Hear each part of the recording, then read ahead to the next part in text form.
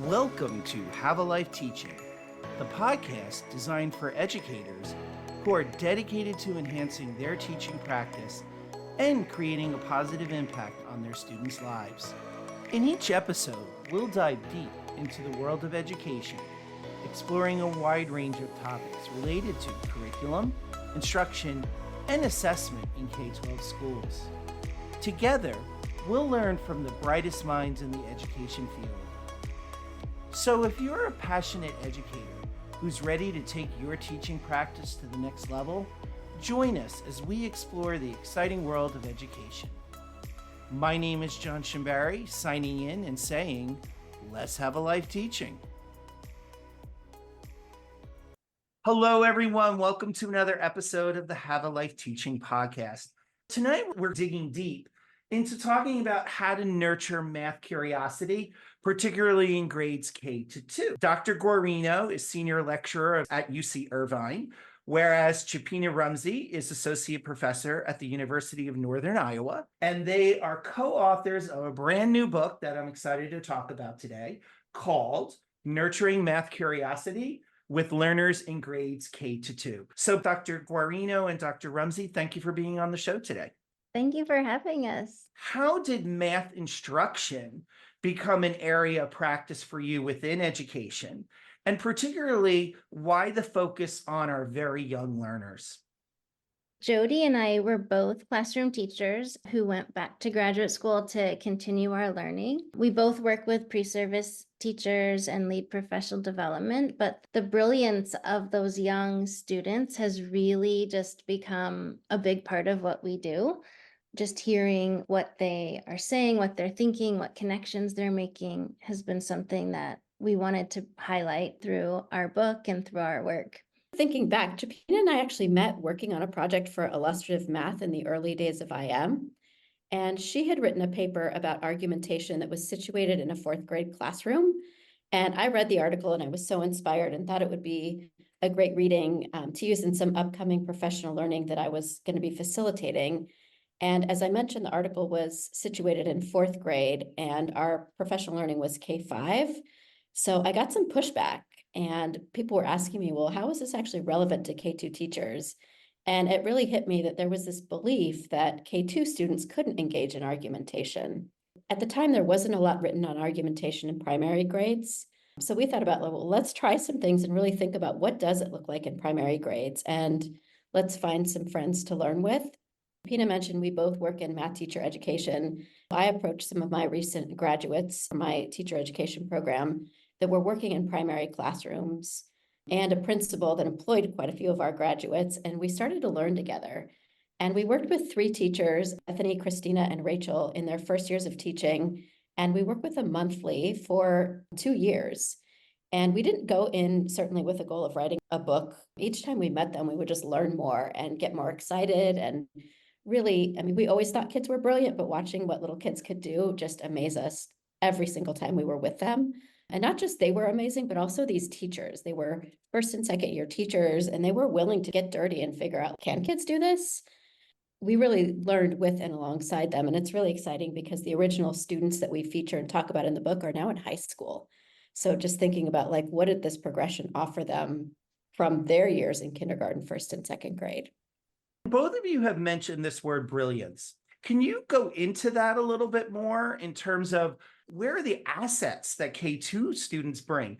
They don't necessarily have that linguistic skill yet, but like you're saying, they have a brilliance. What is that brilliance? One of the big things that they bring is that curiosity, and they're willing to explore and know that they might not know the answer yet, but willing just to dive in. And the way that the young kids can notice patterns and are so open to thinking about topics deeply, because that's what they're doing in everything. Curiosity is so essential in learning, and they're still there. They still haven't lost that wonder and just jumping in. And so I think that when we've done professional development across grades, noticing some of the things that the young kids are coming up with aren't the same as the things that the older kids are coming up with. And there's brilliance in both of them, but seeing that openness and wonder has been so inspiring with the younger grades. Jody, care to add anything onto that? I'll share an example actually of that brilliance and curiosity. So I was at a kindergarten, Bethany Lockhart Johnson's kindergarten classroom, and her kids were solving this story problem. And it was about these rabbits. There were 10 rabbits, and the rabbits could either be in the hutch or on the grass. And she had asked them something like, what are all the ways that the rabbits could be in the hutch and on the grass? And she was walking around monitoring students' thinking, and there was this student named Ava. And when Bethany came to Ava's paper, she had written down, this is a kindergartner, 1 + 9, 2 + 8, 3 + 7, 4 + 6, in an order like that, in this structure. And she said, I think I have all the ways. And there are 11. And she said, I even have the backwards ways. And the backwards, she was inferring to the commutative property because she had said she had 3 + 7 and 7 + 3. But the beauty of it was she was like, well, there's 11 ways.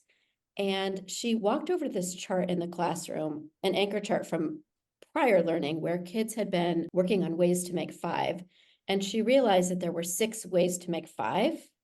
And so then she even generalized to say, and she didn't use this exact language, but basically this idea of whatever the number is, there's going to be one more than that number ways to make the number. This was a 5-year-old observing.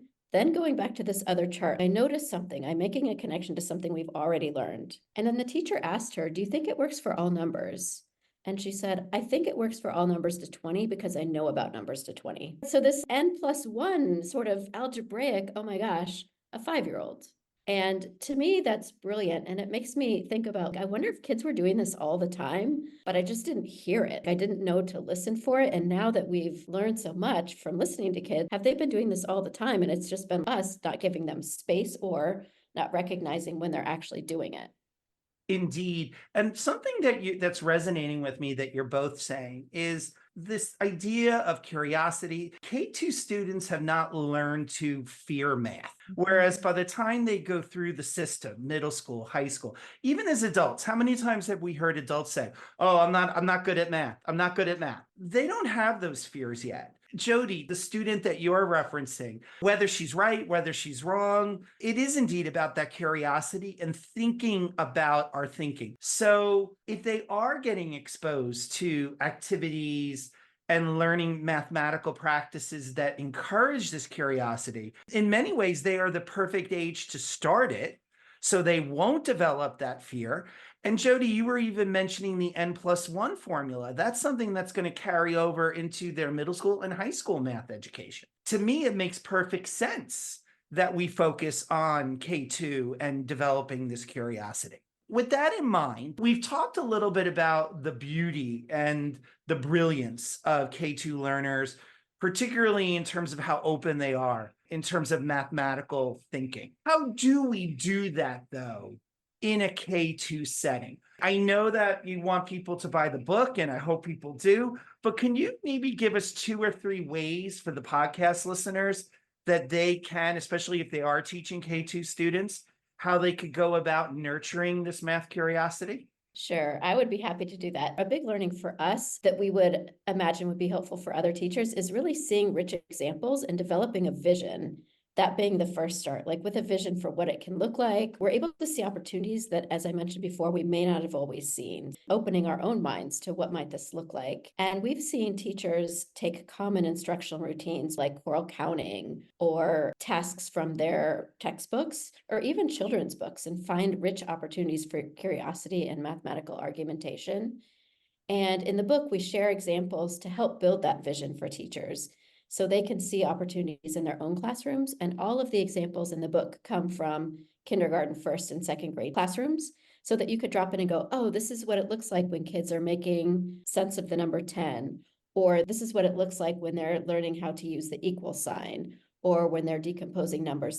So teachers can actually see it in their context, in the content that they're used to teaching, with strategies or routines that they're used to using also. As we work with teachers, we found so many rich opportunities. And again, like opportunities that were probably always there, but as teachers engaged in routines and different activities, they often started asking questions like, well, what do you notice? Why do you think that's happening? Will that always happen? How do you know? How can you prove that that will always work? Or how could you convince a friend? Questions naturally nudge children to get to that next step. And the questions are really grounded in what the kids are already doing. So as they're sharing things or solving problems, it's pushing them to that next place. Questions can be a helpful tool when we're nurturing curiosity. Another element that is really important. So Jody just shared two big ways, both those opportunities that are probably always there that we need to recognize, building that vision, asking those questions. Another really important element is to support teachers to be curious themselves. We need to be curious. It's important to nurture that with students, but we can't expect to grow that in them if we're not also growing it in ourselves. So they're naturally curious. They bring a lot, and we want to connect to that. And we connect when we're curious too. This is an opportunity not just for students, but for all of us. We're all learners. We all can benefit from becoming more curious. We want teachers to grow alongside their students and have opportunities to build that in themselves so they can connect even more. I love that. And both of you have mentioned this idea about questioning and really asking students to articulate their thinking to them for themselves and maybe pair with the student to explain their thinking to others. And that got me thinking about your book and having looked at your book and read parts of your book where you talk about this idea of the 4 layers of argumentation. Could you walk us through what are those 4 layers and when would you use one layer versus another layer? We see curiosity as essential in mathematical argumentation. And those layers emerged as we were working with teachers over that 2-year period. Those layers, what we saw students doing was going through this cycle where they notice and wonder, and then start to conjecture, and then start to justify those ideas, and then extend. If it's a cycle, when you're extending, you're back to that noticing and wondering. Now there's new things to notice and wonder, and there's new things to conjecture because now we know more. We're building up our knowledge. Mathematical argumentation through those layers has been really important and really helpful for teachers as we support them. And we think about building them as layers, helping teachers to get that first noticing and wondering happening in a classroom, and then taking those and building the next one on top.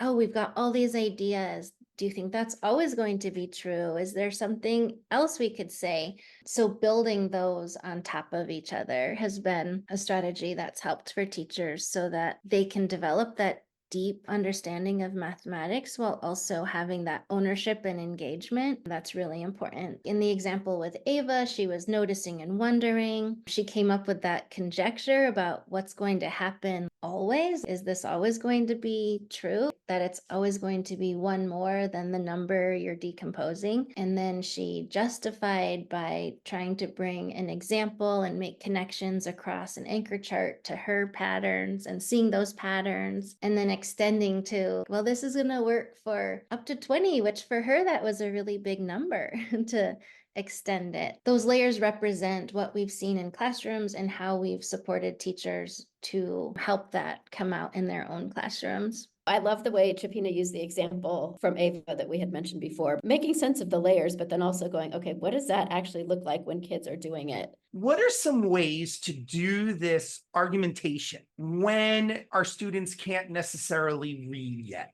How would you recommend they go through this? Because it's clear they can do it. How do we actually, and this maybe gets to Chepina's point about training our teachers as well and our teachers learning through this process. How can we help our teachers to teach with argumentation in mind in K-2 math classes when, again, our students have not fully developed their literacy skills? What are some strategies you would recommend? In these classrooms, kids weren't yet readers, but what they could do is talk and communicate. So just asking kids and taking time to listen. So when we're doing any sort of task, what are you noticing and how are you making sense of things? We saw a lot of teachers asking questions like that we're opening it up for kids to look for patterns and just giving them time to do that. And then also that question, how could you convince someone else? For the most part, in primary classrooms, we saw lots of hands-on manipulatives, lots of tools, kids using their fingers. Like Ava mentioned, for example, the commutative property. She didn't use those words, but she said, I have the backwards ones, 3 and 7 and 7 and 3. And we see lots of kids using their fingers and showing us, 2 and 3 and crossing them and lots of hand motion. In one classroom I was in, this was Rachel Gilday's first grade, and her kids were trying to prove something, and they used base 10 blocks. And so they were using what we would say are really representation-based proofs. So it didn't really even require reading and writing, like they were sense making in all sorts of ways, but teachers were able to recognize that and really celebrate it and take it to the next place. Jody, you were referencing that Ava also referenced an anchor chart. I'm curious, do you know what was on that anchor chart? Oh, I do. I can still picture it. They had been working on ways to make 5, and the anchor chart, one of the images, it actually had a hand and had like a pencil between the thumb and the 4 fingers, and then 2 fingers and 3 fingers, and then 3 fingers and 2 fingers. So it was just showing your hand, and you have 5 on your hand, but the way that you group your fingers together are all the configurations of 5. Then right below that, it had a representation of unifix cubes. Same idea, where there was 5 of one color, and then the next one was 4 of one color and 1 of another color. But the exciting thing about the chart was all of those things that were charted were things that kids had done. So they had played with their hands. How could you show 5 on your hands in different ways? So the 5 representation was there, and they'd done something else with unifix cubes. So all of this, it wasn't like a poster that a teacher had purchased. It was all of these experiences that the kids had lived that were now anchored in the classroom. It's this chart over there. She just got up and went right over and showed. My colleague at UC Irvine, Val Henry, calls it mathematical residue. That chart and that experience lived with her through these other things that she was doing. Chepina? Well, related to what Jody was saying too, was that anchor chart had color and it was meaningfully created by the students and the teacher collaboratively. So there were colors that helped to make those connections. And so we've seen a lot of teachers who use color on their charts to help show the connections or to show how one idea is connected to another. That's a way that students can make those connections without the words necessarily. Both of you have worked with many teachers. That's what prompted you to write this book in part. So I'm sure that you've seen teachers embrace these strategies and do really well with some of them, and maybe they've struggled with some of them. So based on your experience in working with K-2 educators, where have you found teachers have needed the most support to get K-2 students arguing and discussing math and enabling that curiosity? I don't know if it's so much that teachers need support, but I think it's the vision for it. So I will just use myself as an example. I didn't know what the word conjecture meant when I first started teaching. In my education, I never conjectured anything. Math to me was very formula driven, and the teacher would show me an example, and then I had to do all the odd problems. And then if I got done, I got to do the even ones too. Math was very much do this thing, and then when you're done, you can put it away and get a book. My education wasn't like this. I didn't have these deep understandings. Never did I generalize. I wasn't proving or justifying anything, I don't think, until probably I got to geometry and they said, you have to prove it. And even then, I was just following procedure or what they made me do to get a grade. So I didn't even know what this was myself. To me, that's a huge thing because I know I work with a lot of teachers who have similar backgrounds that I did. We didn't grow up this way. Neither of us, like if we didn't know about this, our students certainly wouldn't either because we didn't know. You teach the way you were taught. In our experience, it's just been opening up our own minds to it. And I will say that we haven't had teachers that are really resistant. I think it's as teachers start doing this themselves, they're like, oh my gosh, what could my kids do? And like the energy and the excitement that we experienced with the 3 teachers that we started with, but also as we've gone on and worked with other teachers and with other districts, they're excited about this. And every time we would meet with them, they would share stories of, oh my gosh, this kid did this. Can you believe it? And I think their excitement kept them continuing. I think that's great, Jody. Developing that vision and showing examples. And that's why it's so important to us to have these examples to share, because once you see what somebody like Ava is doing, and it's not that every kid in the class was doing that, but to show these examples of what's happening, I think is really helpful as teachers develop their vision. And then once they have that, helping them to find ways that you can embed it in what you're already doing so that it's not an extra thing. This is how we're learning. This is how we're taking our content and learning and teaching. That's another place where it's helpful to support the teachers in seeing you can take the lesson you're doing and you can incorporate this and it's not extra. That's been Something else that we've done with teachers is showing them some of these routines that they already are doing. And then here's how you can really push it further. You can do choral counting and then get so much out that you might not have even thought to do before, but then now just taking it further. You had said, I think it was Jody, it might have been you, Chepina. Somebody said that the students that the teachers had when you were doing this work are now in high school. I'm wondering, have you done any longitudinal studies where you've looked at the students that were in these classrooms when you started your research, how they have proceeded in their math journeys? Are they good math students? Are they doing well in their mathematical instruction? Again, I don't know if you focused on that, but I'd just be curious about that. I can answer that a little bit. I mentioned that we worked with the teachers for 2 years. It was really exciting the second year when each of these teachers had some students from the classroom the prior year. So for example, when Bethany's kindergartners went on to first grade and some of them were in Rachel's classroom, they noticed a huge difference in the kids and the types of things they were noticing. And these classrooms, you couldn't walk in there without some kids saying, I've got a conjecture. It became part of their everyday used language, was they would use the word conjectures. And when the book came out, I was giving copies to the 3 teachers, Bethany, Christina, and Rachel, and I met with each of them individually. And Christina was actually talking about, she's the one who told me the kids were now in high school. I didn't really realize, I wasn't keeping track. But she was telling stories of whatever child that was in my class got to middle school, the mom emailed me and told me this. And so she had a lot of anecdotal stories about the kids as they progressed, and the teachers have kept in touch with them. Personally, we have not, but hearing from the teachers has been really exciting. Even anecdotally, that holds promise. And if you and the teacher saw a change in the students from even kindergarten to first grade or first grade to second grade, where they've maintained that curiosity, I hope folks listening to this podcast will make the connection that we need to continue investing our students in the process of conjecture and inquiry and having them form ideas, and that it shouldn't just be in the K-2 space, but we need to be doing that throughout K-12. I would actually say K-16. I'm glad to hear that because it shows that students are maintaining not only that curiosity, but that interest and that fearlessness in learning math. And I hope that as you promote your book, others come back and tell you the impact of this on the students that they were actually teaching. And I will say the impact we've definitely seen is impact on teachers. Connecting with these teachers and other teachers that we've worked with, I can say that argumentation has changed them. One of the teachers was just involved in a materials adoption, instructional materials adoption in her district. And that was a lens she used to evaluate materials. Are there opportunities for argumentation for students? All of these teachers say, like, this was a highlight to me or something that's really impacted me for years to come. So I think about that and all the students that these teachers will impact over their careers as well. So you wrote this book, you talk about all these amazing ways that we can get students developing their curiosity around math in K-2. What's next? Is there a book 2?